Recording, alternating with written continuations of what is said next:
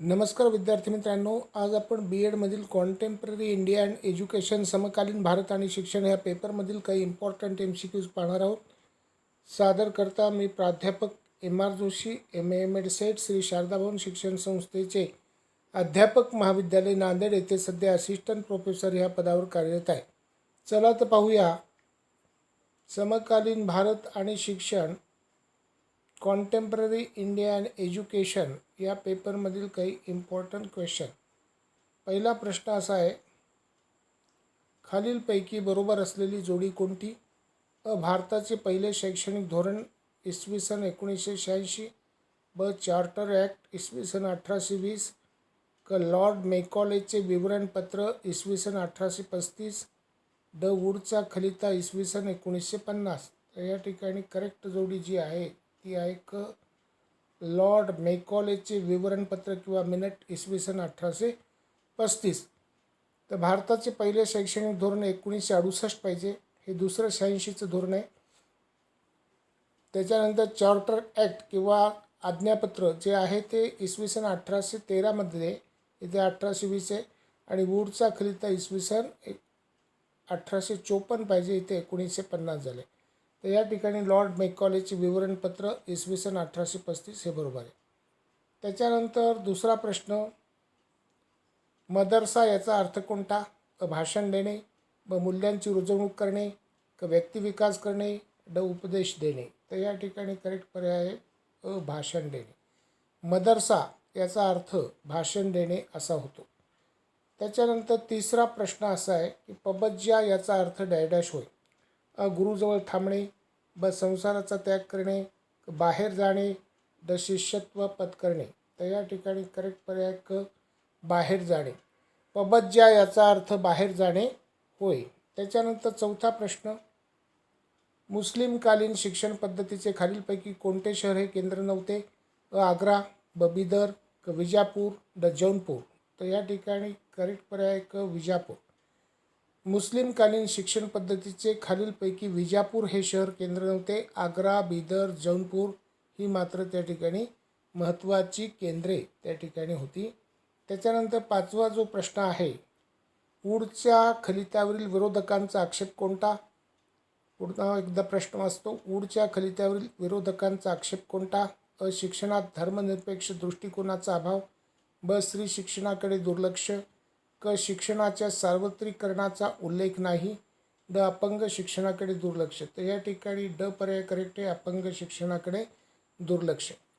उलट वूडच्या खलित्यात धर्मनिरपेक्ष दृष्टिकोनाचा त्या ठिकाणी अवलंब करण्यात आला होता. स्त्री शिक्षणाकडे लक्ष देण्यासाठी सुद्धा उल्लेख होता आणि शिक्षणाच्या सार्वत्रिकरणाचा सुद्धा उल्लेख त्याच्यामध्ये होता. म्हणून पर्याय त्या ठिकाणी करेक्ट आहे, अपंग शिक्षणाकडे दुर्लक्ष. त्याच्यानंतर सहावा प्रश्न, उपसंपदा विधीसाठी कमीत कमी किती बौद्ध भिक्षू आवश्यक असत? 5, 10, 15, 20. तर या ठिकाणी करेक्ट पर्याय 10. उपसंपदा विधीसाठी कमीत कमी 10 बौद्ध भिक्षू आवश्यक असत. सातवा प्रश्न असा आहे, पहा, दरवर्षी भारतात शिक्षणावर 1 लाख रुपये खर्च करावेत अशी शिफारस कोणी केली होती?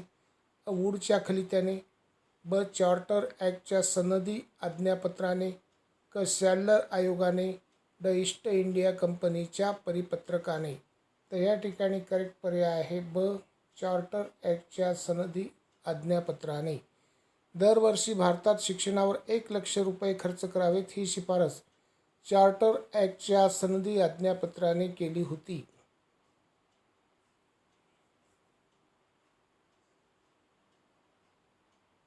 त्याच्यानंतर आठवा प्रश्न, बौद्धकालीन शिक्षण पद्धतीतील महत्त्वपूर्ण दोष कोणता होता? शिक्षणात ठराविक वर्गातील लोकांना प्रवेश, सैनिकी शिक्षणाकडे दुर्लक्ष, आध्यात्मिक ज्ञानाकडे दुर्लक्ष, निःशुल्क शिक्षणाचा अभाव. तर या ठिकाणी करेक्ट पर्याय सैनिकी शिक्षणाकडे दुर्लक्ष हा महत्त्वपूर्ण दोष जो होता तो बौद्धकालीन शिक्षण पद्धती होता. शिक्षणात सर्व जातीतील वर्गातील लोकांना प्रवेश होता, आध्यात्मिक ज्ञानाकडे त्या ठिकाणी लक्ष दिलं जात होतं आणि निःशुल्क शिक्षण होतं. फक्त पर्याय सैनिकी शिक्षणाकडे दुर्लक्ष हा महत्त्वपूर्ण दोष बौद्धकालीन शिक्षण पद्धतीत होता. त्याच्यानंतर 9वा प्रश्न, वैदिककालीन शिक्षण पद्धतीचे वैशिष्ट्य कोणते? सर्व स्तरातील लोकांसाठी शिक्षण, चारित्र्य संवर्धनावर भर, कला शिक्षणाला प्राधान्य, स्त्री शिक्षणाला उत्तेजन. तर या ठिकाणी करेक्ट पर्याय ब, चारित्र्य संवर्धनावर भर. वैदिककालीन शिक्षण पद्धतीचे महत्त्वाचे वैशिष्ट्य म्हणजे चारित्र्य संवर्धनावर भर. सर्व स्तरातील लोकांना तिथे प्रवेश नव्हता. कला शिक्षणालाही प्राधान्य त्या ठिकाणी नव्हतं आणि स्त्री शिक्षणालाही प्राधान्य नव्हतं. फक्त ब पर्याय त्या ठिकाणी करेक्ट आहे. त्याच्यानंतर 10वा प्रश्न, बौद्धकालीन शिक्षण पद्धतीचे महत्त्वाचे वैशिष्ट्य कोणते होते? स्त्रियांना शिक्षण घेण्याची सवलत, युद्ध कलांचे अध्यापन, सर्व स्तरातील लोकांना शिक्षणात प्रवेश, लौकिक जीवन जगण्यासाठीचे शिक्षण. तर या ठिकाणी करेक्ट पर्याय होता की सर्व स्तरातील जे लोक होते, सर्व जाती धर्मातील, त्यांना शिक्षणात प्रवेश होता. पण बाकीचं जे आहे, स्त्रियांना शिक्षण घेण्याची सवलत त्या ठिकाणी नव्हती. फक्त उच्च घराण्यातील स्त्रिया त्या ठिकाणी शिक्षण घेत होत्या. युद्धकलांचं अध्यापन अजिबात नव्हतं आणि लौकिक जीवनाऐवजी त्या ठिकाणी पारमार्थिक आध्यात्मिक जीवन जगण्यासाठीचं शिक्षण दिलं जात होतं. त्याच्यामुळे ड पर्यायसुद्धा चुकीचा आहे, क पर्याय करेक्ट आहे. त्याच्यानंतर 11वा प्रश्न, वैदिककालीन शिक्षण पद्धतीमधील दोष कोणता? शिस्तीला प्राधान्य नव्हते, ब निःशुल्क शिक्षण नव्हते, क शिक्षणावर धर्माचा पगडा होता, ड आध्यात्मिक विकासाकडे दुर्लक्ष करणारे शिक्षण. तर या ठिकाणी करेक्ट पर्याय आहे क शिक्षणावर धर्माचा पगडा होता. बाकी शिस्तीला त्या ठिकाणी प्राधान्य होतं, निःशुल्क शिक्षण होतं आणि आध्यात्मिक विकास त्या ठिकाणी मोठ्या प्रमाणात केला जात होता. म्हणून क पर्याय त्या ठिकाणी करेक्ट आहे की शिक्षणावर धर्माचा पगडा होता. 12वा प्रश्न, इंदिरा गांधी राष्ट्रीय मुक्त विद्यापीठाची स्थापना कोणत्या वर्षी करण्यात आली? इसवी सन 1990, ब इसवी सन 1988, क इसवी सन 1985, ड इसवी सन 1975. तर या ठिकाणी क पर्याय करेक्ट आहे, इसवी सन 1985. इंदिरा गांधी राष्ट्रीय मुक्त विद्यापीठाची स्थापना इसवी सन 1985 या वर्षी झाली. त्याच्यानंतर पुढचा प्रश्न 13वा, खालीलपैकी बरोबर असलेला पर्याय कोणता? फिनिक्स आश्रमाची स्थापना इसवी सन 1911, ब साबरमती आश्रमाची स्थापना इसवी सन 1915, क टॉलस्टॉय आश्रमाची स्थापना इसवी सन 1904, ड गुजरात विद्यापीठाची स्थापना इसवी सन 1924. तर हे महात्मा गांधींच्या जीवनातील त्या ठिकाणी प्रसंग आहेत. त्याच्यामध्ये करेक्ट पर्याय आहे ब साबरमती आश्रमाची स्थापना इसवी सन 1915, फिनिक्स आश्रमाची स्थापना 1904ला झाली, टॉलस्टॉय आश्रमाची स्थापना इसवी सन 1911ला झाली आणि गुजरात विद्यापीठाची स्थापना इसवी सन 1920मध्ये महात्मा गांधींच्या हस्ते झाली. त्याच्यानंतर 14वा प्रश्न, मूलोद्योगी शिक्षणासाठी जी डॉक्टर झाकीर हुसेन समिती नेमली होती, त्या समितीचे सदस्य खालीलपैकी कोण नव्हते? पुन्हा एकदा प्रश्न पहा. मूलोद्योगी शिक्षणासाठी जी डॉक्टर झाकीर हुसेन समिती नेमली होती, त्या समितीचे सदस्य खालीलपैकी कोण नव्हते? श्री काकासाहेब कालेलकर, ब श्री आर्य नायकम, क श्री विनोबा भावे आणि ड श्री जमनालाल बजाज. तर या ठिकाणी करेक्ट पर्याय ड श्री जमनालाल बजाज. मूलोद्योगी शिक्षणासाठी जी डॉक्टर झाकीर हुसेन समिती नेमली होती, त्यात सदस्य होते श्री काकासाहेब कालेलकर, श्री आर्य नायकम, श्री विनोबा भावे, पण श्री जमनालाल बजाज त्या ठिकाणी सदस्य नव्हते. म्हणून ड पर्याय त्या ठिकाणी करेक्ट. 15वा प्रश्न, प्राथमिक स्तरावर डॅश हे शिक्षणाचे माध्यम असावे अशी वूडच्या खलितात शिफारस करण्यात आली होती? मातृभाषा, ब राष्ट्रीय भाषा, क देशी भाषा, ड इंग्रजी भाषा. तर या ठिकाणी करेक्ट पर्याय क देशी भाषा. प्राथमिक स्तरावर देशी भाषा हे शिक्षणाचे माध्यम असावे अशी वूडच्या खलितात शिफारस करण्यात आली होती. 16वा प्रश्न, बुनियादी शिक्षण पद्धतीचे एकूण किती स्तर निश्चित करण्यात आले होते? 2, ब 3, क 4, ड 5. तर या ठिकाणी पर्याय क 4.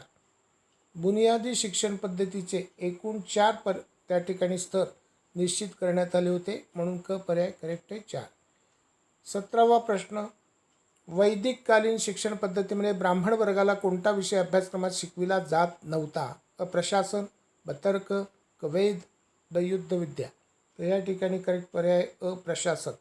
वैदिक कालीन शिक्षण पद्धतीमध्ये ब्राह्मण वर्गाला प्रशासन नावाचा विषय शिकविला जात नव्हता. त्याच्यानंतर 18वा प्रश्न, बौद्धकालीन शिक्षण पद्धतीचे खालीलपैकी कोणते केंद्र नव्हते?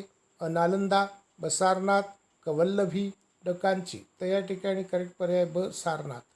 बौद्धकालीन शिक्षण पद्धतीचे खालीलपैकी सारनाथ हे केंद्र नव्हते. नालंदा, वल्लभी, कांची, तक्षशिला ही सर्व केंद्रे त्या ठिकाणी बौद्धकालीन शिक्षणाची केंद्रे होती. त्याच्यानंतर 19वा प्रश्न, नई तालीम शिक्षण पद्धतीत खालीलपैकी कोणत्या तत्वाचा पुरस्कार करण्यात आला होता? निसर्गाच्या सान्निध्यात शिक्षण, ब क्रीडन पद्धतीद्वारे शिक्षण, क कृतीतून शिक्षण, ड पर्यटन व क्षेत्रभेटीतून शिक्षण. तर या ठिकाणी करेक्ट पर्याय कृतीतून शिक्षण, लर्निंग बाय डुईंग. ह्या जॉन डोईच्या तत्वावर त्या ठिकाणी शिक्षण दिलं जात होते. म्हणून नई तालीम शिक्षण पद्धतीत कृतीतून शिक्षण ह्या तत्वाचा पुरस्कार करण्यात आला होता. त्याच्यानंतर 20वा प्रश्न, नई तालीम या शिक्षण पद्धतीविषयीचे खालील विधान कोणाचे आहे? बुनियादी शिक्षण पद्धती ही भारतातील भावी नागरिकांमध्ये आत्मसन्मान, आत्मनिर्भरता, आत्मशक्ती व सामाजिक विकासाची भावना निर्माण करण्यास उपयोगी होईल. आता हे विधान कोणाचं होतं? आहे डॉक्टर झाकीर हुसेन, ब आचार्य कृपलानी, क रायबर्न, ड टी.एन. सिकेरा. तर या ठिकाणी करेक्ट पर्याय आहे डॉक्टर झाकीर हुसेन. डॉक्टर झाकीर हुसेन यांचं हे वाक्य होतं की बुनियादी शिक्षण पद्धती ही भारतातील भावी नागरिकांमध्ये आत्मसन्मान, आत्मनिर्भरता, आत्मशक्ती व सामाजिक विकासाची भावना निर्माण करण्यास उपयोगी होईल. तर अशा प्रकारे आज आपण कॉन्टेम्पररी इंडिया इन एज्युकेशन, समकालीन भारत आणि शिक्षण ह्या पेपरमधील महत्त्वपूर्ण MCQs पाहिले. धन्यवाद. थँक्यू. बेस्ट विशेस. सबस्क्राईब करा आणि शेअर करा.